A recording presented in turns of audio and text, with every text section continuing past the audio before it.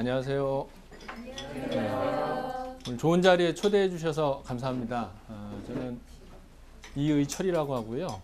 직업환경의학 전문입니다. 그리고 베지닥터 사무장을 맡고 있기도 하고, 제가 7년 전만 해도 먹는 것에 대해서 그렇게 관심이 없었습니다. 여느 의사들처럼 저 역시도 뭐 고혈압이 있으면 당연히 고혈압약 먹어야 되고, 혈당이 높으면은 당연히 당뇨약을 먹어서 혈당을 낮추고, 그리고 콜레스테롤이 높으면은 콜레스테롤 낮추는 약을 먹고, 그리고 간 수치가 높으면은 간 수치 낮추는 약을 먹고, 통증이 있으면 통증을 못 느끼게 하는 약을 주고, 그게 당연하지. 먹는 걸로 뭐 어떤 변화가 있겠어. 괜히 먹는 걸로 근거 없는 그런 어떤 주장에 의존해서 뭔가를 하다가 이 적절한 시기를 놓쳐가지고 병을 더 키우게 되는 건 아닌가, 이런 생각을 저도 마찬가지로 했었습니다. 뭐 대부분 이제 병원에 가면은 의사 선생님들이 그런 태도를 취하시죠. 그런데 저는 이제 이 회의가 좀 들었어요. 왜냐하면 이 고혈압약, 당뇨약, 고지혈증약을 드시는 분들이 건강해지질 않는 거예요. 그러니까 고혈압약을 먹어서 혈압은 정상이 됐는데 몇 년 지나면은 당뇨가 걸려요. 당뇨가 걸려가지고 당뇨약을 먹으면은 혈당은 조절이 되는데 나중에는 콩팥이 망가지고. 그러니까 병이 진행되는 걸 막을 수가 없다는 거죠. 그리고 일부의 사람들은 고혈압약을 2개, 3개를 써도 혈압이 안 잡혀요. 혈당도 안 잡히고. 이런 분들도 이제 있는 거죠. 이제 이런 분들을 보면서 그럼 내가 해줄 게 뭐지? 의사로서 내가 이런 분들한테 해줄 게 정말 아무것도 없는 건가? 이런 분들한테 평생 약을 먹으라고 얘기해 주는 것밖에, 겁을 주면서 약을 절대 못 끊게 하고, 이게 이제 내가 의사로서 해야 될 전부인가? 라는 이제 회의감이 좀 들었었습니다. 그리고 그 즈음에 이제 유명하시죠, 황성수 선생님의 이 목숨 걸고 편식하는 사람들이라는 다큐멘터리는 보지 못했고 책을 우연히 보게 됐어요. 근데 그 책을 보니까 한 달 만에 뭐 잡히지 않던 고혈압이 뚝 떨어지고 체중이 급격하게 감소하고, 이런 내용이 담겨져 있었던 거예요. 그러면 이해는 안 되지만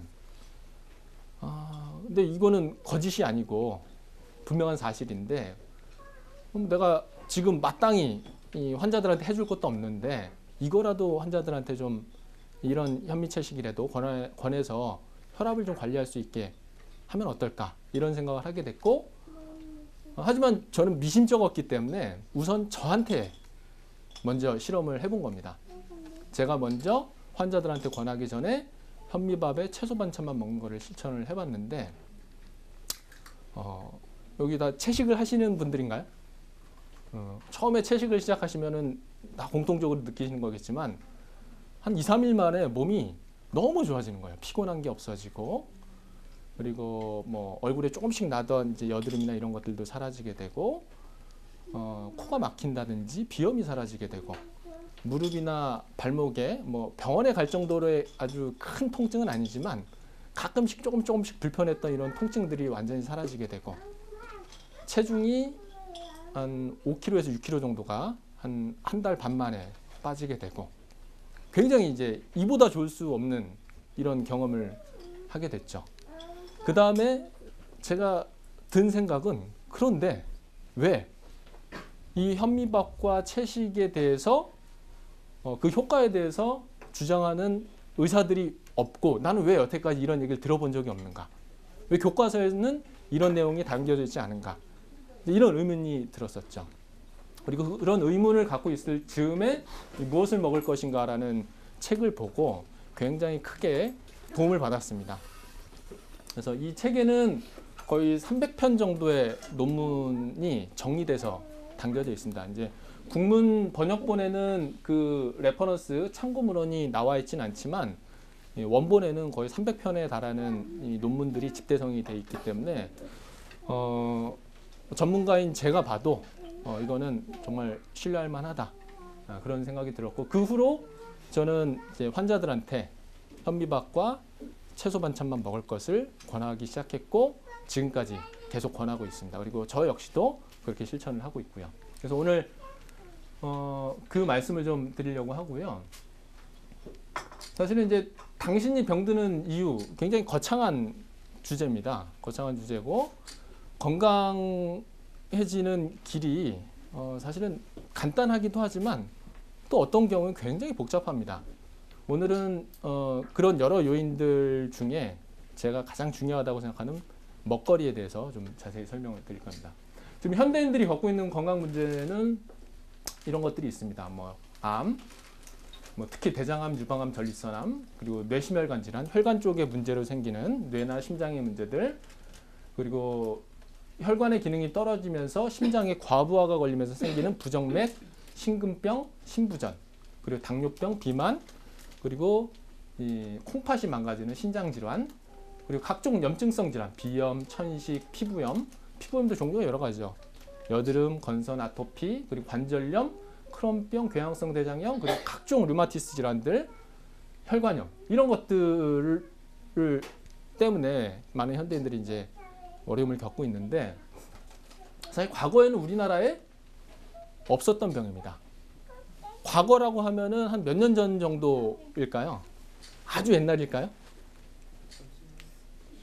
한 30년? 70년대만 해도 이런 병은 없었죠. 80년대 초만 해도 이런 병은 거의 없었고. 저는 이제 이런 병들이 근본적으로는 이제 인슐린 저항성 때문이라고 생각을 하는데, 여러분 인슐린이라는 호르몬이 어떤 호르몬인지 아시나요? 당뇨와 관련된 호르몬이고, 그리고 또 하나 인슐린 하면은 인슐린을 낮추려면 먹는 것들을 어떻게 바꿔야 된다라고 여러분들 알고 계시나요? 지방을 먹지 말아야 된다. 그거는 굉장히 제가 말씀드리고 싶은 얘기이긴 한데, 그러니까 인슐린이 필요 이상으로 많이 분비돼 가지고 이런 제가 말씀드렸던 이런 병들이 발생을 하기 때문에 인슐린이 과도하게 분비되는 것만 바꾸면, 그러니까 인슐린 농도만 적절한 수준이 되도록 낮추기만 하면 이런 병들이 다 사라지긴 하는데, 많은 분들이 그리고 많은 전문가들이 TV에 나와서 이 탄수화물을 줄여야 된다는 얘기를 하죠. 탄수화물을 먹으면 혈당이 올라가고, 그래서 그 혈당을 낮추기 위해서 인슐린이 과도하게 분비가 된다. 그래서 그 당분이 지방으로 바뀐다. 그래서 탄수화물을 먹으면은 살이 찌고, 살이 찌면서 당뇨가 오고, 혈압도 올라가고, 고지혈증도 오고, 그리고 암도 발생하고 치매도 발생한다. 이제 이게 지금 유행하고 있는 그런 논리죠. 맞나요? 이런 얘기 다 들어보셨나요? 그래서 혹시 여러분들 채식하시거나 음식을 드시면서 탄수화물을 드시면서 조금 멈칫하거나 그런 경험이 있으신 분 계신가요? 여기 계신 분들은 거리낌 없이 탄수화물을 막 드시나요? 오늘은 제가 이 인슐린에 대해서, 그래서 인슐린에 대한 그 잘못된 정보에 대해서 좀 말씀을 드릴 텐데, 이 사실 하나만 제대로 아셔도 현대인들이 왜 건강 상태가 망가지고 있는지 쉽게 이해하실 수 있을 거라고 생각을 합니다. 저는 한국을 알면 답이 보인다고 생각을 합니다. 한국에서 벌어졌던 변화의 원인을 알면은 전 세계 모든 사람들의 건강 문제를 해결할 수 있다. 한국뿐만 아니라 그렇게 생각을 합니다. 이 그래프만 봐도 저는 답을 구할 수 있다고 생각을 합니다. 보시면은 탄수화물 때문에 사람들이 뚱뚱해지고, 그렇다면 이 그래프를 한번 보시면은 이 초록색이 뜻하는 바가 쌀, 보리, 밀, 감자, 고구마, 옥수수와 같은 소위 탄수화물 음식들이에요. 그러니까 이런 음식들을 70년대에 굉장히 많이 먹었죠. 70년대에 많이 먹고 그 후로는 80년대 들어서면서부터 급격하게 섭취량이 감소합니다. 그렇죠? 만약에 탄수화물 때문에 사람들이 살찌는 거라면, 그러면 70년대 사람들이 더 뚱뚱해야 될까요? 지금 2010년대 사람들이 더 뚱뚱해야 될까요? 근데 실제는 어떻죠? 1970년대의 사람들의 평균적인 체형은 다 접니다. 저 같은 체형. 저는 70년대 사람들이 먹었던 방식대로 먹고 있거든요. 밥에 채소만. 그런데 밥을 얼마만큼 먹었을까요? 70년대에는. 많이 먹었죠. 밥그릇 자체가 달라요. 네, 그렇죠. 밥그릇 자체가 다릅니다. 그래서 밥을 많이 먹고 채소 반찬만 먹습니다. 근데 그러면 우리가 경험적으로 잘 알고 있죠. 70년대, 80년대, 90년대, 2000년대 오면서 사람들은 점점 뚱뚱해지고 고혈압 환자는 점점 늘고 당뇨 환자도 한 10배 정도 늘고 전에 없었던 크론병이라든지 아토피나 뭐 천식, 비염 환자들도 급격하게 늘고 있습니다. 그렇다면 먹는 음식에서 그런 질병들의 원인을 찾는다면 어디에서 그 원인을 찾아야 될까요? 1번 노란색 그래프는 바로 설탕입니다. 아주 급격하게 증가했어요. 한 20배 정도 증가했어요. 섭취량이 1인당 섭취량이 20배 정도 증가했고 지난 50년 사이에 그 다음에 요 그래프 남색 그래프는 식용유입니다. 식용유는 1961년도에 비해서 50배가 늘었어요. 1인당 섭취량이. 그 다음에 빨간색은 고기, 생선, 계란, 우유 이런 동물성 식품 섭취하는 양이에요. 그렇다면 발생이 증가한 질병들과 관련이 있는 요인들은 바로 설탕, 식용유, 고기, 생선, 계란, 우유라는 거죠. 동물성 식품. 그리고 또 하나 제가 따로 이렇게 그 표시를 해놓은 부분인데 71년도입니다. 이 71년도가 우리나라에서는 굉장히 중요한 해입니다. 무슨 해일까요? 71년도.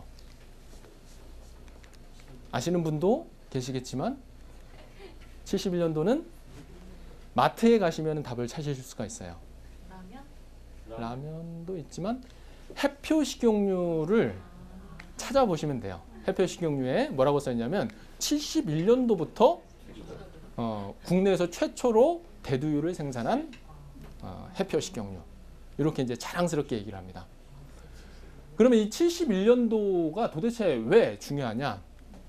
71년도 이전에는 우리나라에 콩기름이 없었어요. 그럼 무슨 기름이 있었을까요? 참기름, 들기름, 뭐 현미유나 아니면 뭐 이제 이 고추씨 기름 뭐 이런 정도를 썼지만 근데 이제 이렇게 얘기를 하면은 뭐 들기름이나 참기름은 과거부터 먹었던 거니까 아주 좋은 거네. 많이 먹어야지. 이렇게 이제 생각하실 수 있지만 하지만 참기름, 들기름이나 이런 것들을 얼마만큼 먹었을까요? 하루에 1g 내지 2g 정도를 먹었어요. 1g 내지 2g이면은 방울로 치면 한 두세 방울 정도? 뭐 이런 정도 수준입니다.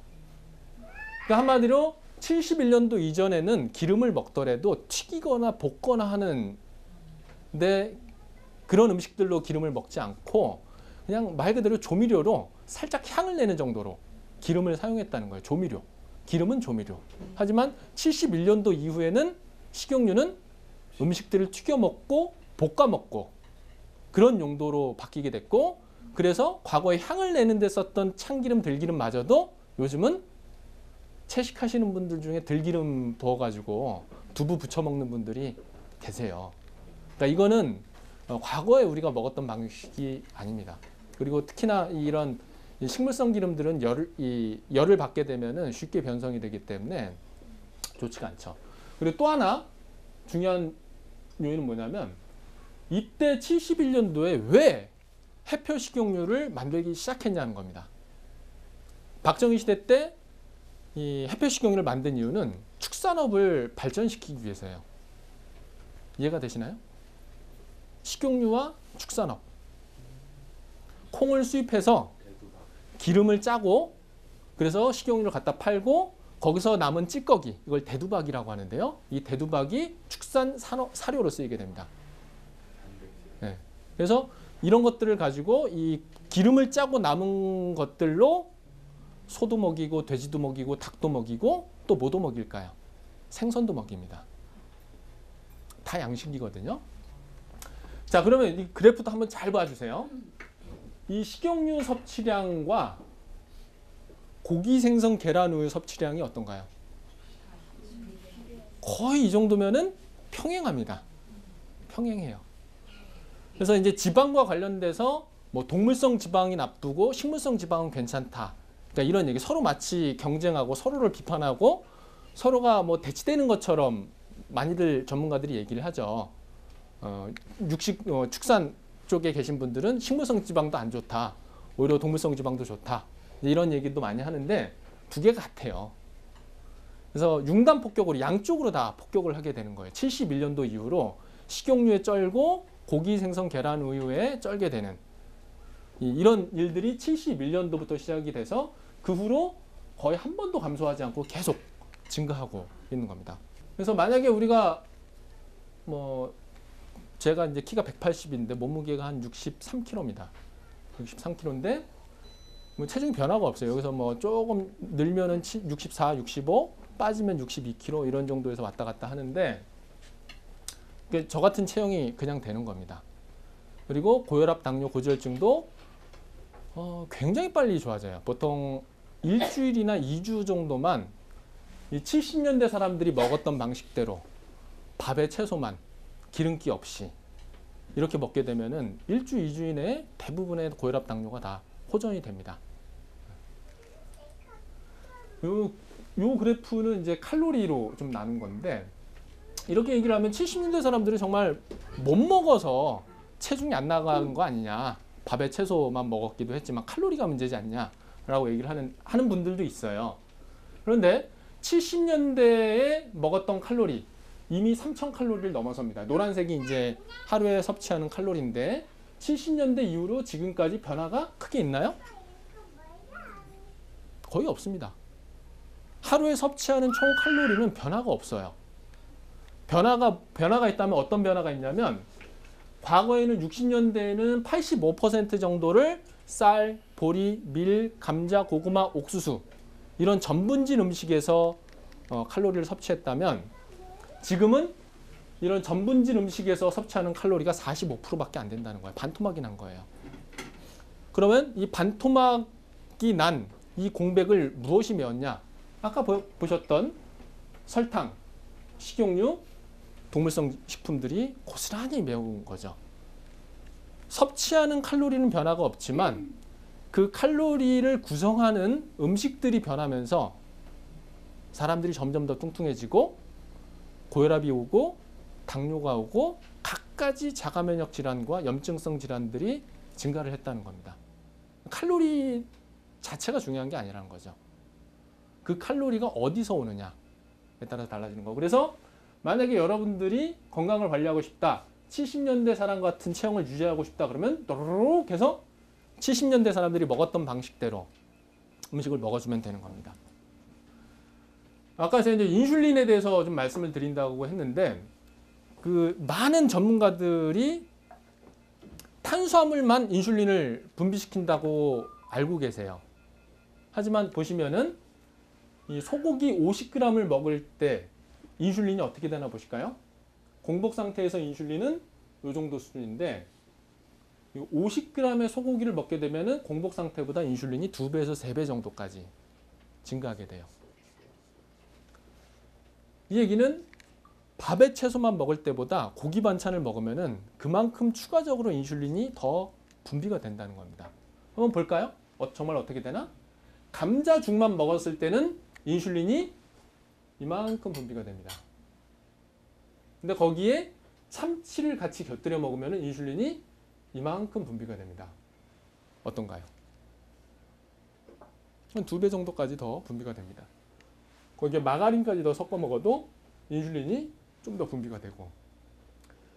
그래서 밥을 먹을 때 채소 반찬만 먹으면은 인슐린이 이만큼 분비가 되지만 고기 반찬을 조금 곁들여 먹거나 하게 되면은 인슐린이 추가로 분비가 되면서 먹었던 밥이 다 지방으로 가게 되는 거예요. 쉽게. 그래서 이제 이 부분을 얘기하는 전문가들이 없어요. 저도 일부 방송에 좀 출연하면서 영양학자나 여러 이제 TV에 나온 유명한 의사들을 만나봤지만 이 부분에 대해서 알고 있는 분들이 없습니다. 그러면서 이해를 못해요. 왜 한국인들은 과거보다 탄수화물도 적게 먹고 그리고 미국인들이나 서양 사람들에 비해서 뚱뚱하지도 않은데 당뇨는 왜 이렇게 증가하느냐? 이유를 알 수 없다고 얘기합니다. 하지만 저는 이유가 너무나 분명하게 보입니다. 밥에 채소만 먹던 식습관에서 인슐린을 추가적으로 분비시키는 고기나 생선, 계란, 이런 우유, 이런 동물성 단백질 섭취량이 증가하고 그리고 식용유 섭취량이 증가하고 이러면서 인슐린 반응이 폭발을 하는 겁니다. 그러면서 이 비만도 증가하게 되고 비만과 관련된 다양한 질병들이 증가하게 됐던 거죠. 그리고 또 하나, 여러분들 식사를 하시면서 밀가루 음식 좀 드실 때 살짝 멈칫하거나 그러진 않으시나요? 그러신가요? 왜 멈칫하시나요? 글루텐 때문에. 수입밀, 뭐 글라이포세이트라든지 뭐 이런 것들 때문에 그럴 수가 있긴 하지만 물론 이제 그런 부분들은 좀 문제가 있긴 합니다. 문제가 있긴 하지만 그래서 이제 요즘은 밀가루 없는 음식들이 건강식인 것처럼 많이 인식이 되죠. 그래서 빵도 밀가루를 안 쓰고 쌀로 만든 빵 이런 것들이 이제 인기이기도 하고 그래도 쌀보다는 떡이 좋다 이런 얘기도 있긴 하지만 저는 밀가루는 아주 억울하다고 생각을 합니다. 밀가루 자체는 아무 문제가 저는 거의 없다고 생각을 합니다. 물론 이게 가루고 그리고 이제 수입밀이냐 국산밀이냐에 따라서 뭐 얼마나 이제 이 실제로 소비되는 데까지 시간이 걸리고 농약을 얼마나 쓰느냐 요 차이는 좀 있을 수는 있지만 밀가루 자체는 거의 문제가 없다고 생각합니다. 왜냐하면 70년대에 한국인들이 섭취했던 1인당 밀가루 양이나 2000년대 한국인들이 섭취하는 밀가루 양이나 어떤가요? 차이가 있나요? 없나요? 별로 없죠. 근데 왜 70년대는 지금처럼 밀가루를 먹는데 살이 안 쪘을까요? 밀가루만 먹어서. 그렇죠. 이 당시에는 식용유가 없었죠. 그죠? 밀가루를 먹어도 반죽을 해서 물만 넣고 해서 삶아 먹었죠. 채소하고만. 거기에 계란 들어가고 버터가 들어갔을까요? 우유가 들어갔을까요? 치즈가 들어갔을까요? 아니면 고기나 생선 이런 게 들어갔을까요? 네. 지금은 어떻죠? 밀가루를 먹을 때 설탕, 버터, 계란, 치즈 그냥 그렇게만 들어간 것뿐만 아니라 튀기기도 하고 그리고 여러분들 속으면 안 되는 게 안 튀긴 웰빙 식품이라고 한 것들도 보시면은 튀기지 않았다 뿐이지 기름이 엄청나게 많습니다. 설탕도 엄청나게 많고 그리고 라면을 먹으면 사람들이 살이 찌고 건강이 안 좋아져요. 그거는 밀가루 때문일까요? 밀가루 때문이 아니죠. 튀겨서 그런 거예요. 그래서 밀가루가 안 좋은 이유가 밀가루가 아니고 밀가루 음식이 안 좋은 이유가 밀가루 때문이 아니라는 거예요. 기름, 설탕, 그리고 이제 갖가지 동물성 식품들 이런 것들 때문에 이 건강이 안 좋아지는 건데 그래서 어떤 일이 있냐면 밀가루 대신에 현미가루를 내가지고 그걸로 도너츠를 만들어요. 튀겨서 설탕 넣고. 그럼 이건 건강에 좋을까요? 웰빙식일까요? 거기에 웰빙이라는 말을 붙여요. 밀가루가 없다고. 심지어 어떤 닭튀김 회사에서는 밀가루를 전혀 안 쓰고 100% 옥수수 전분으로 튀겼다. 이걸 이제 자기네들의 제품의 장점인 것처럼 어필을 하죠.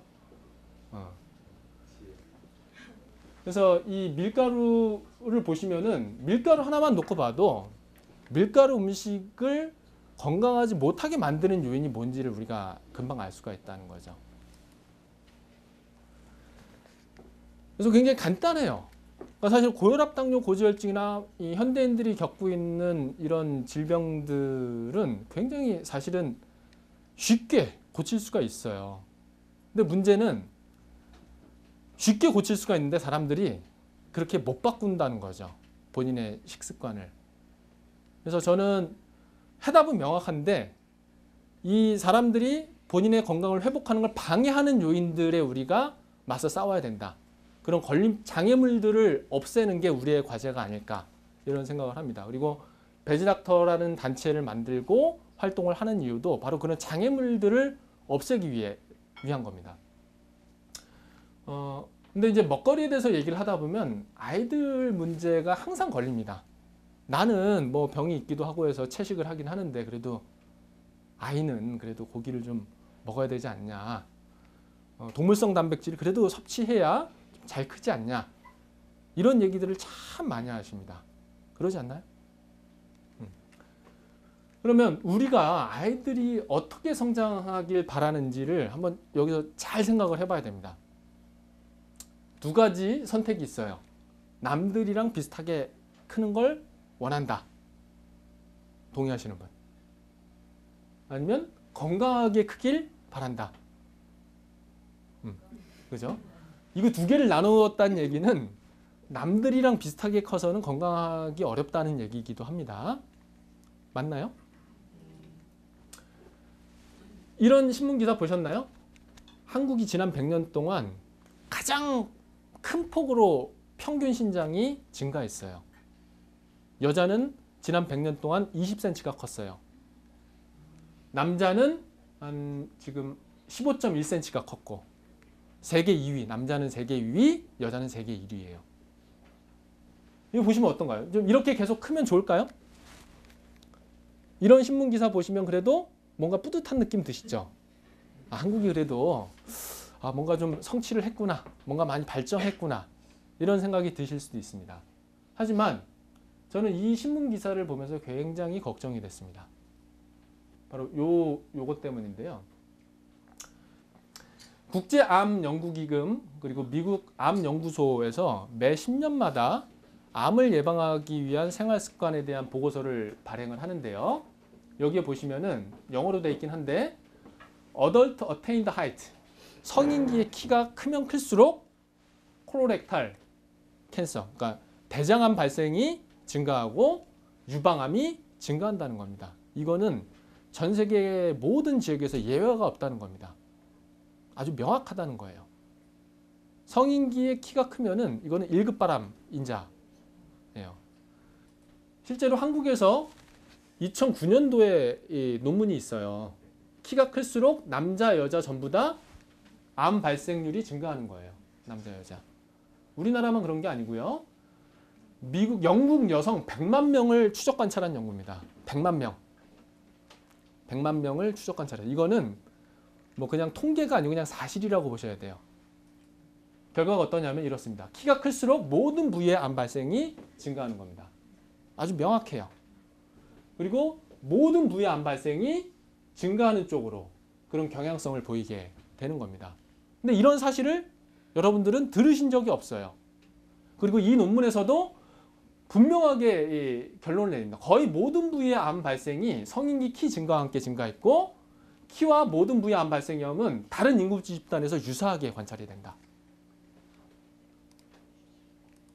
자, 그럼 다시 앞으로 넘어가겠습니다.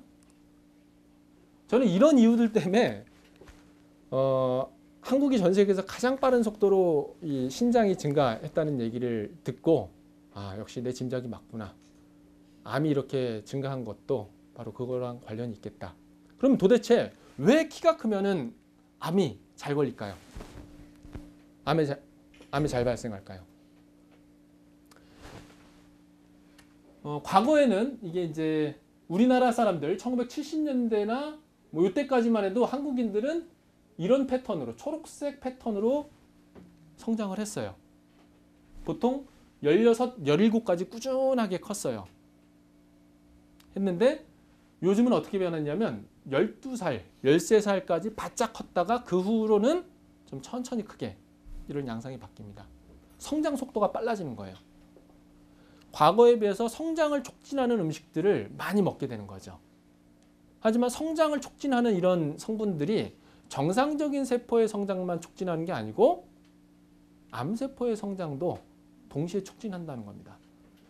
그래서 키가 쭉쭉쭉쭉 잘 크는 사람들일수록 암도 그만큼 쭉쭉쭉 잘 크게 되는 거죠. 그래서 우리는 선택을 해야 된다고 생각을 해요. 지금 여기 아까 지금 몇 살인지 모르겠지만 아주 어린 아이가 있었는데 또래보다 키가 좀 작고 몸무게도 좀 적게 나갑니다. 과거에 그 우량아 선발대가 있었죠. 우량아 선발대에 나오는 아이들은 보통 어떤가요? 얼굴도 아주 그냥 딱 크죠. 그리고 덩치도 크고 키도 크고 발육이 좋습니다. 모유를 먹고선 그런 정도의 발육을 할 수 있느냐? 어렵습니다. 그리고 그 우량아 선발대도 어디서 주최를 했냐면 남양유업에서 주최를 했죠. 그리고 83년도에 이제 대회가 끝났는데 더 이상 이제 끝났어요. 더 이상 진행을 하지 않는데 한마디로 그렇게 이 우량아 선망이 대상이 되는 그런 아이로 키우려면은 어떻게 해야 된다? 남양유업의 분유를 먹여야 된다. 그러니까 이런 메시지였던 거예요. 그렇게 성장을 촉진하는 음식들을 먹으면은 굉장히 성장이 촉진이 돼서 빨리 큽니다. 하지만 그런 음식들을 안 먹으면은 모유에 밥에 채소 위주의 식사를 하게 되면 천천히 크게 되죠. 그래서 선택을 해야 됩니다. 그리고 다시 다음 그래프를 좀 보시면 또 하나 큰 변화가 뭐냐면 초경 연령이 점점 어려지고 있어요. 과거에는 17살에 했어요. 1920년대에는. 지금은 몇 살에 하나요? 그죠? 11살, 12살. 여기서 만 나이 얘기하는 겁니다. 만 나이로 11살, 12살. 요즘은 그래요. 어떤 게 정상일까요? 17살에 해야 정상일까요? 11살, 12살에 하는 게 정상일까요? 몇 살에 해야 정상일까요? 보통 이 정도 여쭤보면 이제 구성 연령대에 따라서 딱 답이 달라져요. 본인들이 한 연령대를 딱 얘기하는 경향이 좀 있긴 한데 여러 연구들에서는 15살을 기준으로 삼긴 합니다. 15살 이후에 초경을 하는 게 정상이고 그 이전에 초경을 하면은 좀 이른 초경, 성조숙증, 성발육이 빠르다 이렇게 얘기를 하는 거죠. 이거는 이제 성장 속도와 굉장히 밀접한 관련이 있습니다. 특히 여자들의 경우에 보통 초경을 할 때 가장 피크로 성장을 하게 되고 초경이 끝나고 나면 그 후부터는 성장이 아예 안 되는 건 아니지만 둔화가 됩니다. 다시 한번 볼까요? 그러니까 이런 변화들이 성장에 고스란히 반영이 되는 거예요. 그러면 우리가 채식을 하게 되면 체중도 좀 적게 나가고 키도 좀 덜 커요. 그럼 주변에서 고기 안 먹어서 그렇다 이런 얘기를 하죠. 그럼 고기를 먹이면 어떻게 될까요? 빨리 크겠죠. 그러면 초경도 그만큼 빨라지겠죠. 아까 제가 던졌던 질문 있죠. 남들 크는 만큼 크길 바라느냐, 건강하게 크길 바라느냐. 건강하게 크길 바란다면 이걸 감수를 해야 돼요. 남들보다 키가 좀 작을 수가 있어요. 체중이 좀 덜 나갈 수가 있어요. 언제까지? 17, 18살까지는 그럴 수가 있어요. 그리고 12살, 13살 때까지는 그 격차가 점점 더 커집니다. 왜냐면 밥에 채소만 먹을 경우에 천천히 크는데 고기에 우유에 성장을 촉진하는 음식들을 먹게 되면 굉장히 빠른 속도로 크는 거죠. 12살, 13살까지는. 그러니까 그 갭이 점점 벌어지는 거예요. 그럼 부모도 스트레스를 받고 걱정이 되고 아이도 이러다 영영 익히면 어떡하지? 이런 걱정이 되고 스트레스가 될 수가 있겠죠. 그런 것들을 극복할 수가 있다면 이런 선택을 하실 수가 있고 그런 스트레스는 정말 견디기 힘들다. 그러면 이제 이런 선택을 하실 수가 있는 거죠. 하지만 이런 선택을 하게 될 경우에는 초경이 빨라지고 그것과 관련된 중년 이후에 암 발생 위험 증가하는 것도 동시에 감수해야 된다는 것들을 알고 선택을 해야 된다는 겁니다. 그래서 실제로 이제 한국 아이들이 미국 아이들보다 더 뚱뚱해요. 잘 안 믿겨지시죠? 충격적이죠? 이게 이제 2007년도에 한국의 소아과 의사들이 이 사실을 인지를 하기 시작했어요. 왜냐하면 미국 아이들 100명 데려다 놓고 한국 아이들 100명 데려다 놓고 체중이 가장 많이 나가는 위에서 세 번째 아이들을 비교를 해보면은 이게 이제 한국이고 옅은 색이 이제 미국인데 한국 애들이 더 뚱뚱한 거예요. 그런 현상이 중간 50번째 되는 아이서부터 그 차이가 나기 시작해요. 이게 이제 50%를 얘기하는 건데 한국 애들은 요 진하게 더 체중이 많이 나가지만 똑같이 50번째 되는 아이의 체중이 미국 아이들이 더 적게 나가는 거예요. 그러니까 이런 상태가 지속이 되면은 요즘 제가 이제 대학 신입생들이라든지 그리고 회사에 처음 입사하는 신규 직원들 건강검진을 많이 해요. 근데 정말 10년 사이에 참 많이 변했어요. 100kg가 넘는 그 젊은이들이 상당히 많습니다. 과거에는 굉장히 드물었는데 60년대, 70년대, 80년대, 90년대 오면서 100kg가 넘는 아이들이 그 젊은이들이 굉장히 증가하고 있습니다. 그 이유가 이제 여기 있는 거죠. 그래서 이 부분을 관리하려고 하지만 문제를 인식하긴 했지만 이 문제의 원인이 뭔지를 잘 모르고 있어요. 전문가들은. 그리고 성장하면은 아이를 키우기 위해서 가장 좋은 음식이 뭘로 알려져 있나요? 유제품, 우유. 그러니까 실제로 촉진하는 측면이 있습니다. 왜냐하면 이 사람 젖과 소젖은 영양 성분도 좀 다르고 사람 젖을 먹을 때 몸무게가 2배가 되는 데까지 한 120일이 걸린다고 치면은 소가 소젖을 먹으면서 몸무게가 2배 되는 데까지는 한 40일 정도밖에 안 걸려요. 성장 속도가 3배가 빠른 거예요. 그리고 그 성장 속도에 맞게 단백질 함량이 똑같은 비율로 차이가 나요. 모유에는 단백질이 1dl랑 한 1.2mg 있다면 소젖에는 우유에는 3.3mg 있어요. 3배가 많은 거예요. 성장 속도가 3배만큼 많은 거고. 그리고 칼슘도 모유에 비해서는 이 우유에 3배 정도 칼슘이 많아요. 그러니까 우유에 칼슘이 많은 이유는 다른 이유가 아니에요. 빨리 키우기 위해서요. 그리고 또 하나, 젖을 떼고 그 후에 다시 젖을 먹는 사람, 동물들이 있나요? 지구상에? 없죠. 사람 빼고는 없습니다. 사람 빼고는 없는데 그렇게 젖을 다시 안 먹는 이유는 젖을 먹을 때만큼 빠른 속도로 성장을 할 이유가 없기 때문에 안 먹는 거예요.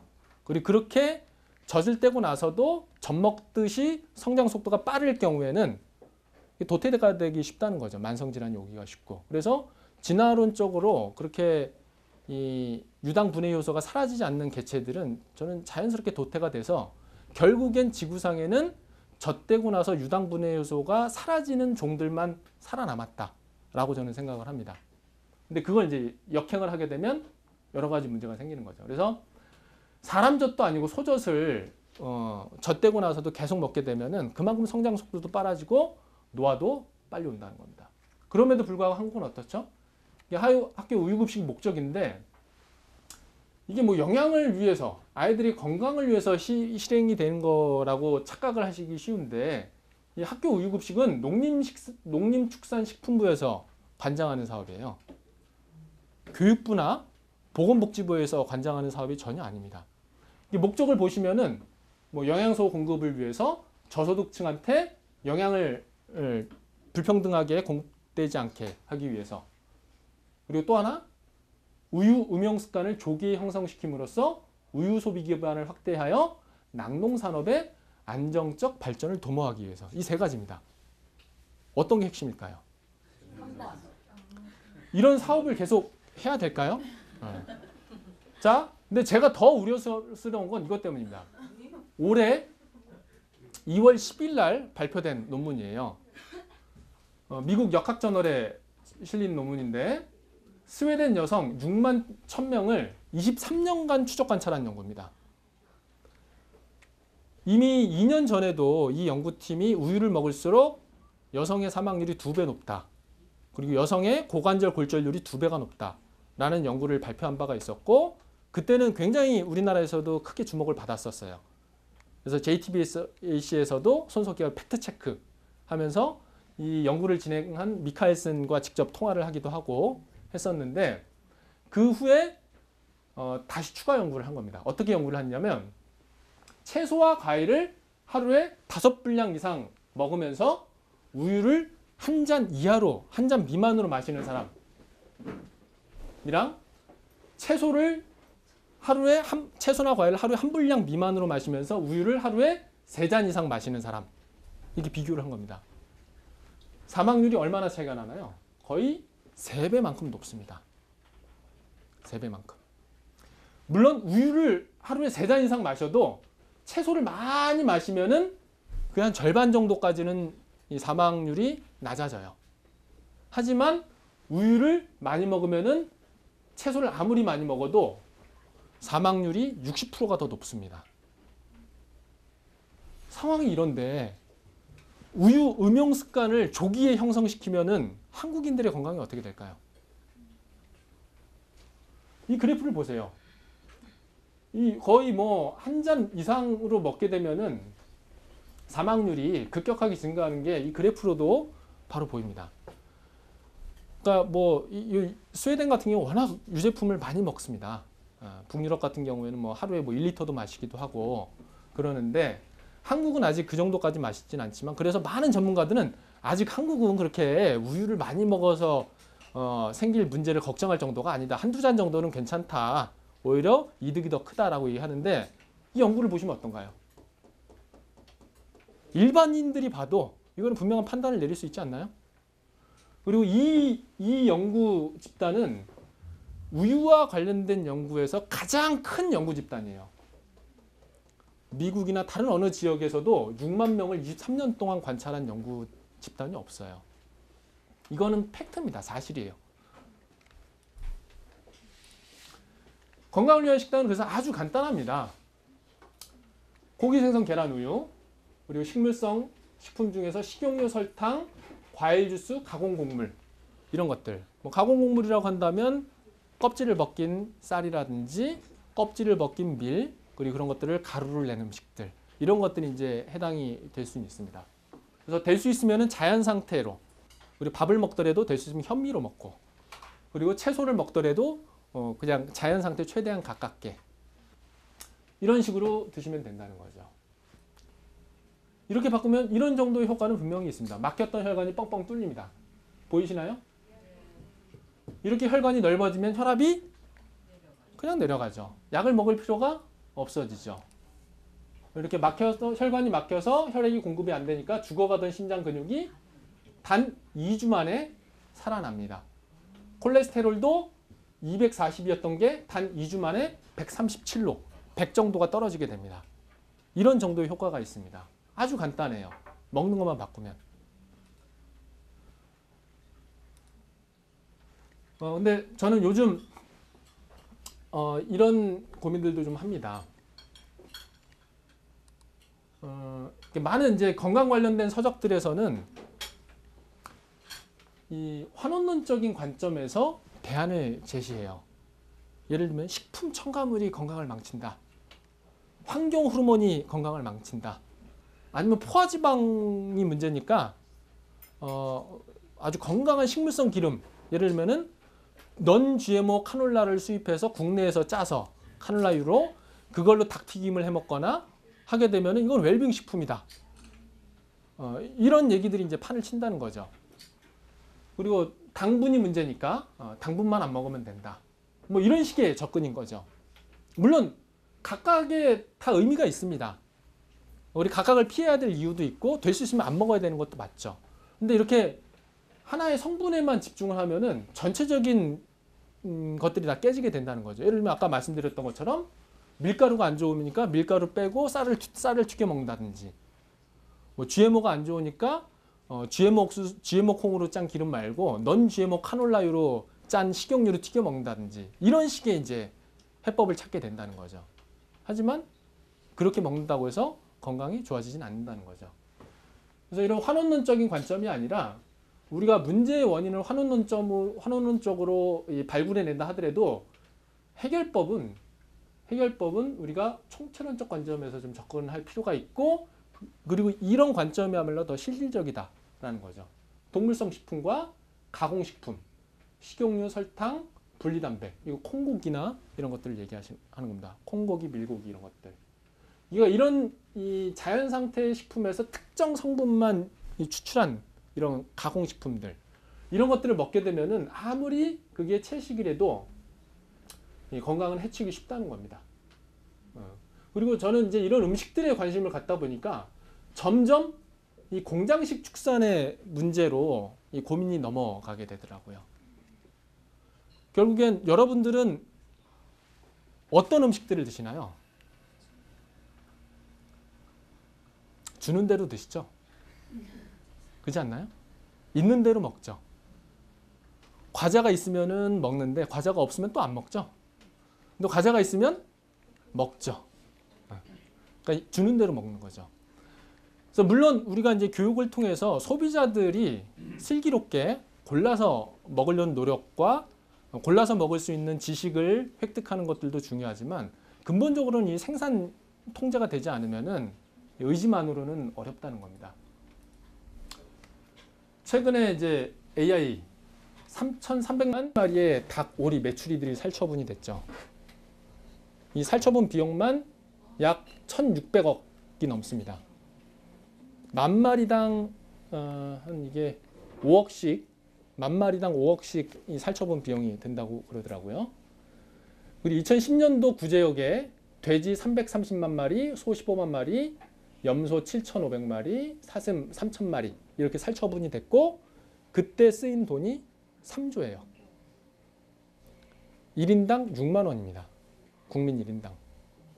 그렇게 돈을 쓴 거예요. 근데 이 문제가 계속 반복이 된다는 거예요. 원인이 뭘까요? 밀집 사육이죠. 밀집 사육. 밀집 사육 문제가 해결이 안 되면 우리는 끊임없이 이 비용들을 사용할 수밖에 없습니다.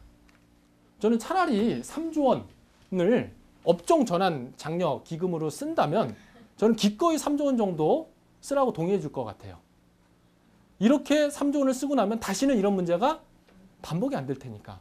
하지만 보상 비용으로만 이 돈을 쓰게 되면은 매번 언제가 모르지만 계속 반복해서 이런 돈을 쓸 수밖에 없게 된다는 거죠. 그러면 밀집 정도가 물론 이제 다들 한국이 굉장히 밀집해서 사육을 할 거다라고 짐작을 하시지만 어느 정도 되나 한번 눈으로 확인해 보시죠. 네덜란드에서는 1헥타르당 소를 2.3마리, 돼지를 5.1마리만 키우도록 제한을 하고 있어요. 1헥타르가 100m 곱하기 100m예요. 그러면 몇 평이냐면 3,025평이에요. 한국은 어떠냐? 1헥타르당 제가 계산을 해보면은 한국은 1헥타르당 기준이 아니고요. 돼지 한 마리는 최소 몇 평의 공간을 소유해야 된다. 이런 식으로 이제 규정을 하고 있는데 그걸 1헥타르로 나누게 되면은 소는 780마리에서 1,100마리.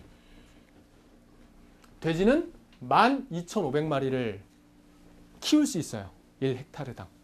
이게 혹시 농장동물 얘기예요? 네, 농장동. 방사되는 뭐 비육돈. 애들이요? 방사 돼지는 방사 안 하죠, 거의. 그러니까 거의 뭐 90% 이상이 다 가둬놓고 키우기 때문에 거기에서 최소한 이 정도 이상으로 더 밀집하지 말라는 기준이에요. 상황이 이래요. 이러니 구제역이 됐든 AI가 됐든 한국에서 유독 진압이 안 되는 거죠. 다른 나라 볼까요? 독일은 1헥타르당 4.5마리, 돼지 7마리, 네덜란드, 덴마크 뭐 이렇습니다. 한국이 얼마나 이 끔찍한 상황인지 좀 잘 알아야 됩니다. 우리가 관심을 갖고. 밀집 사육의 또 다른 문제는 바로 이 문제입니다. 뭔가요? 녹조죠? 녹조. 녹조 왜 생겼나요? 인, 그죠? 질소, 인, 뭐 이런 것들 때문에 생기는 건데 이미 이제 이 천층, 얕은 지하수의 40% 정도가 음용 기준, 질산성 질소 110ppm을 초과한 걸로 지금 추정이 되고 있는데 이거는 사실 공장식 축산을 빼고서는 이해를 할 수가 없는 현상입니다.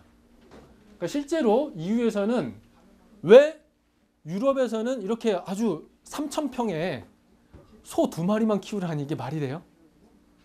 생명권에 대한 감수성이 높아서 유럽에서 그런 제도가 집행이 되고 있을까요? 전혀 그렇지 않습니다.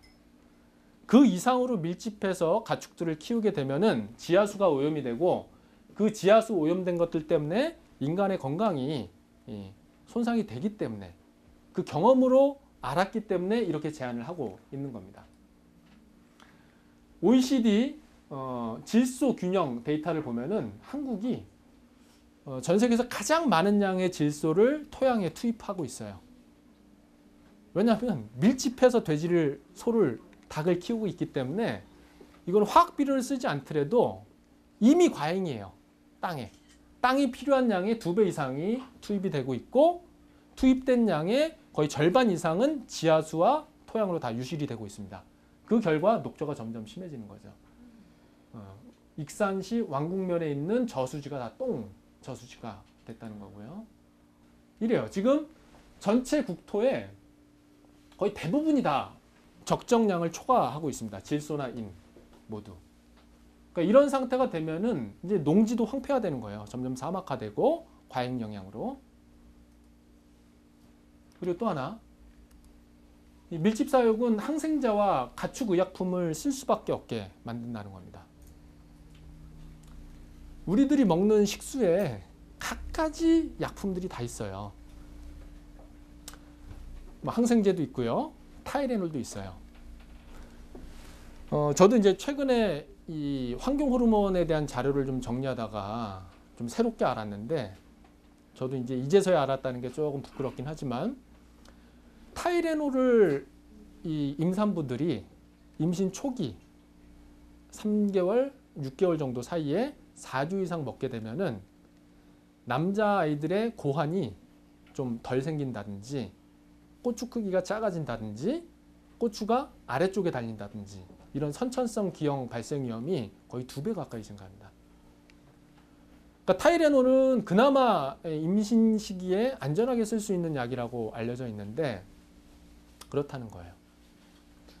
근데 문제는 그러니까 이제 이게 식수에 다 조금씩이라도 미량이라도 다 검출이 되는데, 우리가 병에 걸렸을 때 약에 의존해서 뭐 통증이 있으면 타이레놀 먹고 하게 되면 우리 몸에서 그게 작용을 하고 끝나는 게 아니에요. 소변으로 다 배설이 된다는 거예요. 그게. 우리가 약을 많이 생산하면 생산할수록, 약을 많이 소비하면 소비할수록 결국 환경이 오염이 되고 그걸 다시 먹게 된다는 거예요. 이게 환경 호르몬이 된다는 거예요. 약도. 대표적인 그 타이레놀도 거기에 해당이 되는 거고, 당뇨병 치료제도 마찬가지로 그렇게 되고, 그리고 우리가 피임약으로 쓰고 있는 그런 에스트로겐이나 여성 호르몬 제제들, 이런 것들도 먹게 되면은 다 소변을 통해서 물로 다 나가는 겁니다. 그럼 결국 우리가 다시 먹게 돼요. 상수도에서는 세균밖에 안 봐요. 세균과 중금속 이런 것들밖에 검사를 안 하기 때문에 이런 약품들은 지금 뭐 전혀 관리가 안 되고 있다고 보시면 됩니다. 그리고 사람도 그런데 가축들에 사용하는 이런 항생제나 이런 것들도 상당하다는 거죠.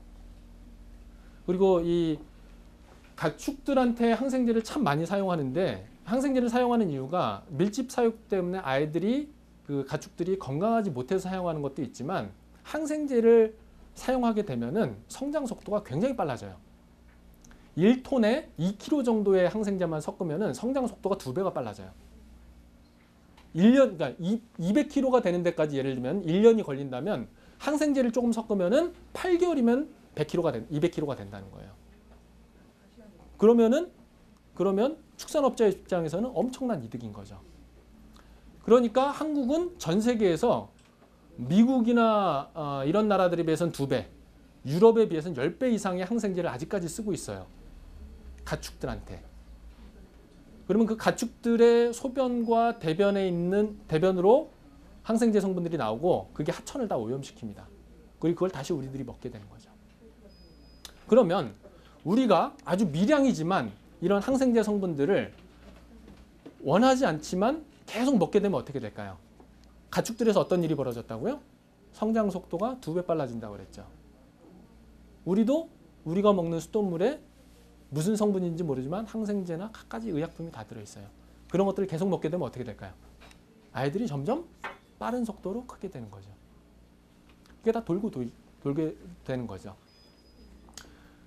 그래서 축산, 이 밀집 사육으로 인해서 과잉의 약품을 쓰고 항생제를 쓰게 되면 그걸 우리가 흡수하게도 되지만, 그렇게 해서 만든 음식들도 우리가 먹게 되면서 병에 걸리게 되고, 그 병을 치료하기 위해서, 그 병으로도 우리가 고통을 받지만 병을 치료하기 위해서 사용하는 약들로 인해서 다시 환경이 오염이 되고 다시 우리가 부메랑처럼 그 약들에 노출이 되고 그 부작용을 겪을 수밖에 없는 이런 문제가 있다는 거죠.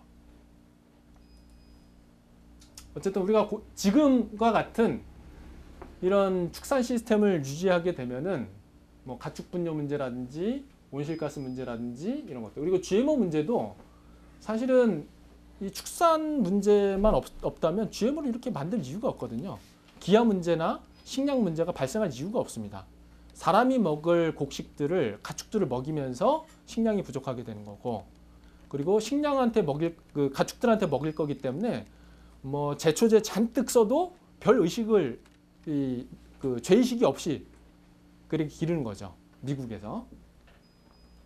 그래서 이런 가축, 이 축산 문제가 줄어들면은 자연스럽게 GMO 작물의 소비도 줄게 되고 GMO가 관련된 제초제 문제나 이런 것들도 자연스럽게 줄 수 있다. 이렇게 생각을 합니다. 그래서 마지막 슬라이드인데 저희 베지닥터에서는 현미식물식을 할 권리를 존중해 달라라는 캠페인을 할까 합니다. 그죠? 흡연자들은 흡연권을 얘기하죠. 그래서 건물마다 흡연실이 있어요. 흡연할 수 있게 권리를 보장하지만 우리는 채식을 하고 싶어도 권리를 존중받지 못해요. 더 건강해지는 거고 똑같이 보험료 내도 병원 안 갈 수 있는데 보험회사한테는 이득인데 그 보험회사를 바로 정부가 관리하는데 이런 것들을 좀 존중해주지 않는 거죠. 그래서 이런 이 대선 공약을 좀 제안을 하고 있어요. 현미식물식을 원하는 학생들이 20명 이상인 경우에 학교에서 현미식물식 급식을 제공한다. 라는 이제 이 문구를 학교 급식 조항에 이제 추가를 하는 거죠.